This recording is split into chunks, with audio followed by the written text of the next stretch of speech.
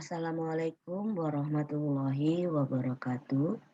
Selamat pagi anak-anakku sekalian. Apa kabar hari ini?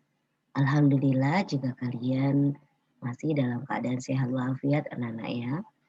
Anak-anakku sekalian, eh, teruslah berdoa kepada Allah SWT, Tuhan Yang Maha Esa, agar kita semua selalu diberikan kesehatan anak-anak ya, sehingga kita bisa melakukan aktivitas dan kegiatan seperti hari-hari yang lalu anak-anak ya.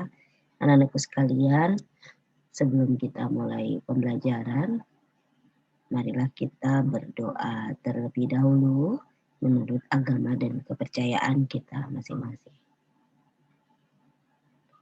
Baik anak-anakku sekalian,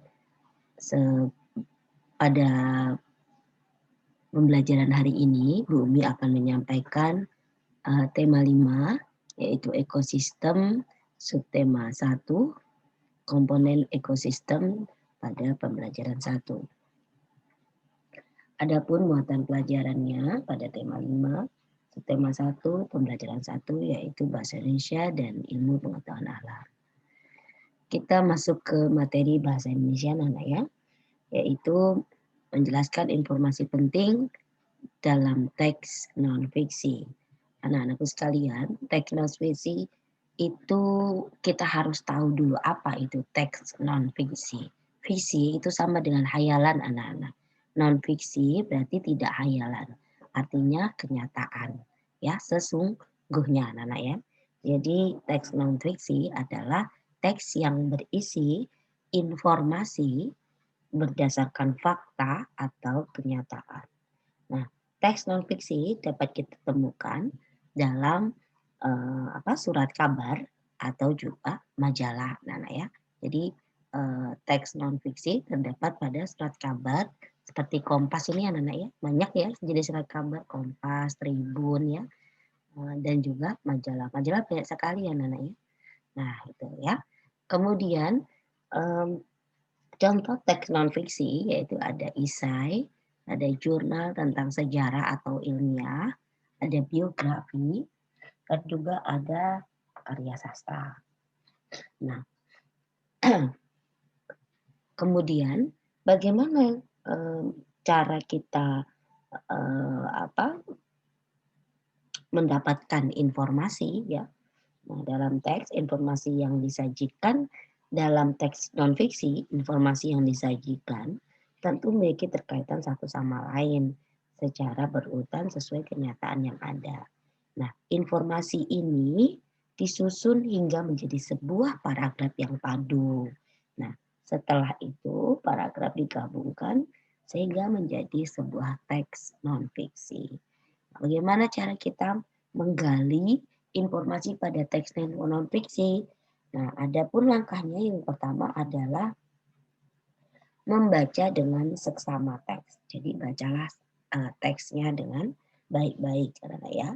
Lalu langkah berikutnya menjawab pertanyaan berdasarkan teks. Jadi langkah berikutnya jika ada pertanyaan maka menjawabnya sesuai dengan teks. Itu cara kita atau kalau tidak ada pertanyaan berarti kita buat menggunakan apa, di mana, kata tanya, Nana ya. Nah, terus ya yang bertanya tentang teks ya yang ada pada teks non-fiksi. Lalu kita ke ilmu pengetahuan alam. Ini nanti kita akan belajar tentang pengertian ekosistem dan juga jenis makanan. Anak-anak, ekosistem yang kalian akan pelajari hari ini itu berkaitan tempat tinggal anak-anak ya. Jadi setiap makhluk hidup memerlukan makhluk hidup lain dan lingkungan untuk keberlangsungan hidupnya ya. Jadi makhluk hidup itu berinteraksi ya dengan sesama. Jadi bukan hanya manusia aja berinteraksi, hewan, tumbuhan juga berinteraksi dengan sesamanya maupun dengan lingkungan tempat hidupnya. Nah, hubungan timbal balik antara makhluk hidup dan lingkungannya itu disebut dengan ekosistem. Jadi ekosistem adalah hubungan timbal balik antara makhluk hidup dan lingkungannya. Nah, anak-anak, ekosistem itu dibagi menjadi dua, yaitu ada ekosistem itu terdiri dari dua komponen, anak-anak ya, bukan terdiri dari dua komponen, yaitu komponen biotik atau makhluk hidup dan juga komponen abiotik atau benda tak hidup. Nah, komponen biotik itu contohnya ada manusia, hewan, tumbuhan. Kemudian komponen abiotik atau benda tak hidup itu ada tanah, udara, air, cahaya, matahari. Nah, lalu jenis makanan hewan. Makanan hewan itu ada dua jenisnya, ada dari tumbuhan, ada juga dari hewan lain. Nah, yang dari tumbuhan biasanya ini berupa daun, buah, biji-bijian. Nah, kalau hewan lain berupa daging, ikan, serangga, bangkai hewannya. Anak-anakku sekalian, di suatu lingkungan selain terdapat berbagai jenis makhluk hidup juga terdapat benda-benda tak hidup, anak-anak ya. Nah, salah satu jenis makhluk hidup adalah hewan ya. Jadi hewan tidak dapat membuat makanannya. Yang dapat membuat makanan itu adalah tumbuhan dan manusia, anak-anak ya. Nah, oleh karena itu hewan memerlukan makhluk hidup lain untuk dijadikan sumber makanan ya. Nah, jadi secara umum hewan memiliki jenis makanan hewan ada yang dari tumbuhan, ada yang dari hewan lain. Oke, nah ini adalah anak-anakku sekalian hewan pemakan daun ya. Ini adalah ada sapi, ada apa namanya kuda, koala, kemudian kambing, ulat, masih banyak anak-anaknya jenis hewan. Ini hanya beberapa Bu ditampilkan. Kemudian ada hewan pemakan buah, ya hewan pemakan buah. Ini ada monyet, ya, ada kera, ada kelelawar ya.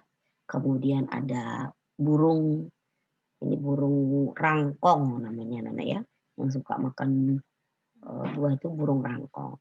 Lalu juga ada hewan pemakan biji-bijian. Nah, ini seperti burung pipit yang biasa di sawah ya. Lalu ada burung kutilang. Ini burung kutilang juga suka makan buah. Nah, lalu bagaimana dengan pemakan hewan lain? Ini hewan makan hewan lain, misalnya katak makan serangga, lalu ular makan katak. Nah, ini adalah contoh hewan jenis makanan hewan. Baik anak-anakku sekalian, mungkin hanya itu yang dapat Bu Umi sampaikan hari ini. Tidak ada tugas pada pembelajaran 1 karena sebenarnya materi ini ada di semester 2. Mungkin hanya itu yang dapat Bu Umi sampaikan. Mohon maaf jika ada tutur kata Bu Umi yang kurang berkenan. Terus jaga kesehatan, patuhi protokol kesehatan anak-anak, rajin cuci tangan, menggunakan masker dan juga jauhi kerumunan. Akhir kata, wabillahi taufiq wal hidayah. Wassalamualaikum warahmatullahi wabarakatuh.